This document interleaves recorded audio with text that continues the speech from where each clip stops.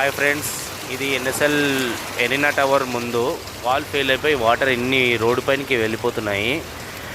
మా కాలనీలో ఏమో అసలు వాటర్ రాక నానా తంటలు పడుతున్నాము. ఈడేమో ఇన్ని వాటర్ వేస్ట్గా పోతున్నాయి. చాలా బాధ అనిపిస్తుంది ఫ్రెండ్స్.